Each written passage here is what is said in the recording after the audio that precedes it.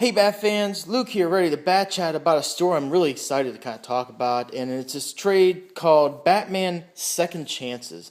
And this trade is essentially a Jason Todd as Robin centric book, and it's for the most part because there's a couple other stories in here that Jason's really not even in it, but this is definitely, like I said, a Jason Todd centric story. And Jason Todd for me is one of my favorite Bat Family characters. And I remember probably about 2 or 3 years ago, I did a video. It was on my channel. It was actually on Rob's Rogue's channel. He's another YouTuber, and I think we did a video with Ryan and I think a couple other folks. I can't remember off the top of my head who else is on there. But it was a video, and we were kind of talking about our favorite Robins. And this is right around the time Batman and Robin Eternal was going on. Or it might have been just when it ended. I can't remember. I'll try to link at least Rob's channel on there because he's actually a really good YouTuber. As a matter of fact, I think it was on his podcast. It might not have been on his YouTube channel. But either way, it was definitely on his side. And we were talking about it, and I think at the time we were talking about our favorite Robins. I did say Jason Todd was my favorite Robin. And since then, I kind of more reflect on it. I think Jason Todd as Robin is no longer my favorite Robin. I think I kind of have to put that right now with Damian. Because it's just been, ever since Grant Morrison's run, it's just been developed awesomely, and he's just a great character. And if I had to kind of rack it now, I'd probably say Damian, then probably Jason, probably shortly behind Jason. Very close would probably be Dick Grayson, followed by Tim Drake. Then after that, technically, if you want to say Carrie Kelly, and after that, even Stephanie Brown, which, if you don't know, Stephanie Brown was Robin. War Crimes, check out the story. And I'm definitely not going to even mention Duke. He's not Robin. No way. But anyway, but that said, I think Jason Todd as Red Hood is definitely my number 2 favorite Bat Family character, only behind Batman. And he's just an awesome character, and has really taken off since we saw him come back. Really since Grant Morrison's run in Batman and Robin. That kind of interpretation of the character since then, and has developed and whatnot. And even in Batman Arkham Knight, I still think one of my favorite Jason Todd stories is the 6-issue mini series, Arkham Knight Genesis, which showed the origin story of the Red Hood version in the Batman Arkham video series. But that's just a great story. Highly recommend that one. But yeah, that's where I would kind of stick him, and he's just a really fun character. And again, this one is a Jason Todd centric book, and what this is, with the exception of a couple stories in it, this is basically the origin of Jason Todd, with, again, some exceptions. This trade, I love how it's designed. It has a lot in here. It collects issues numbers 402, 403, then 408 to, I believe, 416. Yep, 416, and Batman Annual number 11. And it's comprised of these pages, and it has that really nice cardstock. Like back in the day when you would get the comics, I had that nice thick, like coloring paper type of paper cardstock. Just really nice pages. It really does bring the nostalgia effect with it. And for the most part, the creative team behind it, for the most part, there are some exceptions. It's Max Allan Collins doing the writing, and you get art by Jim Starlin and Jim Aparo. So the art alone should really pique your interest. So I'll just kind of give you a brief synopsis of the story. Some of these, there's a couple one-and-dones, but some of these are a couple short stories. Issues 402 and 403 give a story called One Batman Too Many. And it's basically the story of this individual, this cop who had his family killed by some gangsters, who really adopted the Batman persona and kind of took up the mantle as Batman, kind of impersonating Batman, much like you would have seen, back in the day with Hugo Strange. And it was good. It was a good story. Followed by that, we go to issues 408 and 409, which does give you the origin of Jason Todd. And the cover should ring a bell when you look at it. If I can get to it, there you go. That's the iconic cover right there, issue 408. Jason Todd, what basically happens here, Jason Todd, he's a thug on its own. Parents are no longer with him. Mother dead. Father is also dead. Actually, no, did he? Yeah. And what Batman does, obviously catches him stealing the wheel off the Batmobile, and he tries to help him out. And he sends him to this school that is being run by Ma Gun. So if you remember Ma Gun, this also gives you the origin of Ma Gun. And if you remember Ma Gun, if you're reading Red Hood and Outlaws, that name should ring a bell. And it gives you the origin behind what she does and how she runs the school, and kind of how it's not the thing it's being led to believe, in other words. So if you're reading Red Hood and the Outlaws and you kind of didn't really get that full connection with Ma Gun, this would actually be a good story to kind of get that back knowledge. Her and the cigar. The next story is an interesting story. Kind of continues on with it. It goes to issues 410 and 411. And it's Two of a Kind and Second Chance. And what happens in these two issues actually ends up at the very end of 410 is that Robin, or Jason Todd, actually finds out that Two-Face actually killed his father.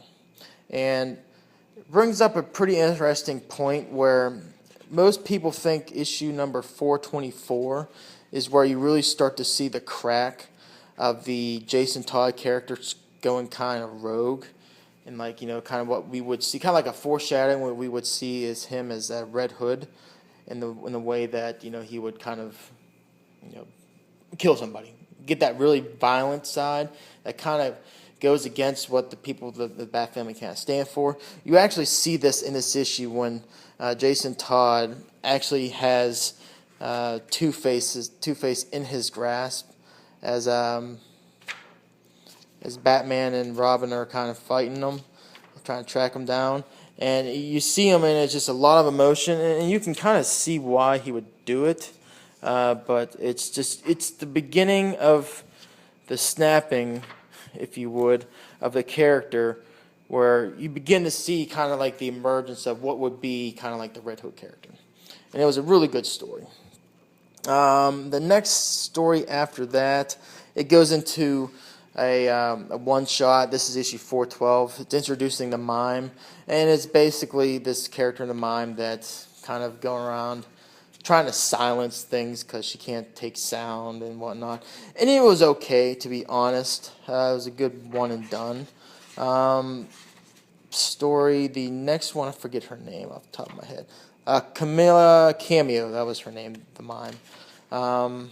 Let's see, the next story, it was another one-shot, 413.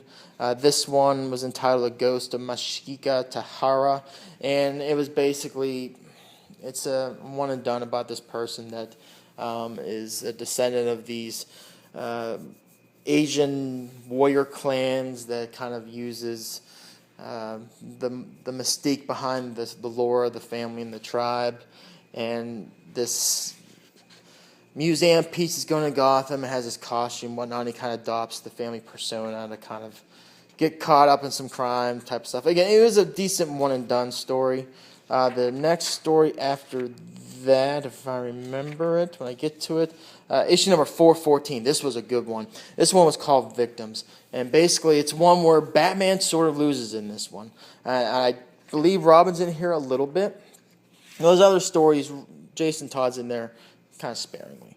This one, it's a really good detective story about this person that is killing all these young, innocent girls, and they're being sliced up and diced up and thrown in dumpsters. And Batman thinks he knows who it is, but again, it turns out to be the person behind it, someone who it is not. And one of the victims actually ends up being someone really close to Batman. And again, this is one where the killer gets away and Batman loses. So it's really a good detective story, and one that, again, that it shows that sometimes Batman's not perfect. sometimes he will lose. And in this case, I guess his better judgment got to him, and sometimes, from time to time, Batman's emotions gets the better of him, and this is one case that it did. The next one after that was issue 415. It was a Millennium story tie-in. To be honest, I thought it was kind of silly. Basically, Jim Gordon is a bad guy going into Arkham Asylum to kind of help this encaged Millennium character that's kind of being kept behind bars, whatnot. It was meh at the very best. However, once you get past that one, that's the Millennium characters in Arkham. Next, we get a really good story. This is issue 416. This one, it really deals with, this is when Nightwing finds out that Jason Todd is a new Robin. And this is when the relationship between Dick Grayson and Batman is not good. This is obviously Dick Grayson. He's been gone for about 18 months, hasn't said a word to Batman. Dick Grayson finds out about Jason Todd, and he goes by, and they have a great confrontation between the two in the Batcave. I remember Josh Hayes mentioning this story about back in the end of Nightwing in the New 52. They had this big fight between Dick Grayson and Batman, like fisticuffs. And I think he mentioned this particular issue. This one was just fantastic. Not only that the relationship between Dick Grayson and Bruce was highlighting this, but also how you can maybe see a good relationship, much like we see kind of like today with Dick Grayson and Damian. This is actually, Dick Grayson kind of giving an olive branch to the Jason Todd character. And it was really good. Really good. The character dynamics throughout was just a great story. And again, you see some promise, albeit probably shortly, between a potential relationship, like a brother relationship between Dick and Jason. And you wrap up with Batman Annual number 11, which is a Penguin story. Again, Jason's intermediately put in here. He's really barely mentioned. It's Penguin being released through parole from Arkham. Not Arkham, I think it was Blackgate at the time. Tries to go on the up and up. Batman doesn't believe it. He keeps going to the parole board saying, no, he's not. The parole board's not really on board with Batman. But Penguin giving it a try because he got in a relationship while in jail with this lady and through letters. And he tries so hard. This is the one time you almost feel a little bad for Penguin. But how he kind of violates his parole, which is who he associates himself with. For once, you go, oh, Oswald, that's rough. So, and that's how this trade kind of wraps up. This one, again, this was so good. Art was great throughout. Jim Starlin, Aparo just hitting out the park in this. It was just great.